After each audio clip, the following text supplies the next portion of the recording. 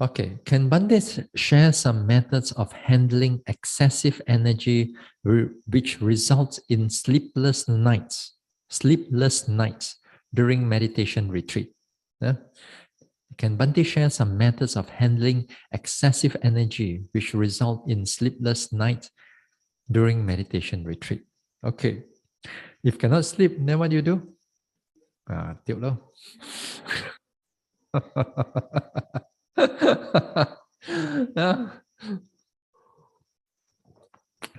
That would be good if during that time, this type of, if you sleepless nights, for those who don't meditate that much, say for example, if you go to other form of retreats, let's say that per day, let's say you only meditate like morning or 1 hour, 2 hour, afternoon maybe you meditate 1 hour, yeah, and then you have to do other things, and then at night again you meditate 1 hour, perhaps or 2 hours perhaps. Then it's not like full intensive continuous meditation like what we are doing now. If that type of meditation that you have, and therefore at night, if you don't if you are sleepless and you're still active, the body is still clear, alert, then get up and then meditate. That one you meditate, and it's perfectly all right. So even the Buddha mentioned in the suttas, there are monks who meditate throughout the whole night. But perhaps maybe they are still have a lot of energy and they are not doing the type of intensive meditation that what we are doing over here. Because perhaps they got other things to do in the afternoon or in the evening. So they meditate throughout the night, which is good. But while we are here, this is different. This meditation is already, you have to wake up by 4 o'clock or 4:30 around there. And then by 10 o'clock, you sleep. 6 hours, more or less, you're resting. For 5.5, maybe. Afternoon, maybe you rest for a while. Other than that, 18 hours per day or 17.5 hours per day, your job is to learn to be active and to be mindful as much as you can, whether in the daily activities or whether in the walking or whether in the sitting. So with that, usually, normally, by the end of the day, many yogis by this time tak boleh tahan 8 o'clock, 9 o'clock, 7 o'clock, the 7 o'clock sitting, struggling. 9 o'clock sitting is might as well give them a bed, they sure sleep already. It's tiring at times. At times, not perhaps not every day, but at times it can be tiring. If you go through this type of meditation, we know that it can be very tiring to the body. Even that time, I was like 30 plus like that. Also can be really tiring. Even by 8 o'clock, 9 o'clock can be really tiring. We still struggle through until 10 o'clock. But there are days, once in a while, you meditate by 9 o'clock, then mind is still alert. By 10 o'clock, still very clear. So what do? You feel that your body is tired, but your mind is still alert. You know that you need to rest already this time. So how are we going to handle this type of sleeplessness?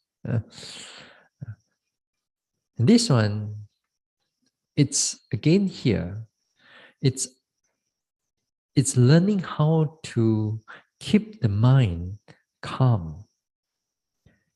The principle here is not to let the mind run into thinking or planning or memories or whatever planning or worry about tomorrow that you cannot do. When you are lying down, you want your body to rest. And you want your body to rest. So what you need to do is that lie down to a comfortable position. Whether you are side or back, doesn't matter. As long as your mind don't goes into a lot of thinking about tomorrow. lie down there, and then what you should do is that you learn to have a very easy, calm, very gentle type of presentness of mind. Not the type of it, not thing here, not that one, that one. This one is very gentle, very only just mindfulness only. Not much of concentration, not much of detailedness in noticing, not much of that wisdom factor. Just relax only. Then the mind wants to run into thinking or worry, just bring the mind back again, and let the mind come back. And it's going to have a lot. Sometimes this type of things, this type of the mind trying to run, you're going to be many times. But your job is to be patient. Don't worry about tomorrow. Just bring it back again and again. You bring it back. Now let's say if you do like that, and then perhaps throughout the night you couldn't really sleep. You couldn't really sleep. But actually your body is already rested. Your body is already rested, and more or less like in between there is that you go into a little bit of sleep, then it wakes up again, be aware, then a bit of sleep, and then come aware again until maybe like 4 o'clock, or until your alarm rings. Until your alarm rings. Then when your alarm rings, then you wake up. What is important is that the following day is that you are not so tired. Even you don't sleep so much in the retreat, you are not so tired. Perhaps maybe in the whole afternoon you've been sleeping already. Who knows, or the whole morning, whole day you've been sleeping already, of course, and maybe at night I feel alert now. But nevertheless, if you train well also, you don't have much sleepiness in the mornings, and then in the night it's clear. Then all you need to do, just don't worry about tomorrow. Just keep the mind present in it. Tomorrow it will take care of itself. If you let the mind run and go into a lot of anxiety or worry about tomorrow, that is going to make your body and mind very restless and very tired. And then that time, the next morning, you feel very sourness, very bosong, in the whole body. The mind is not alert, the mind is not bright, and so on. So here, try to keep the mind just calm during that time. If you're able to do that, then it's well and good. You cannot force the mind to sleep. After all, we are not doing a lot of physical heavy work over here. So some days, there'll be days that not so able to sleep that well.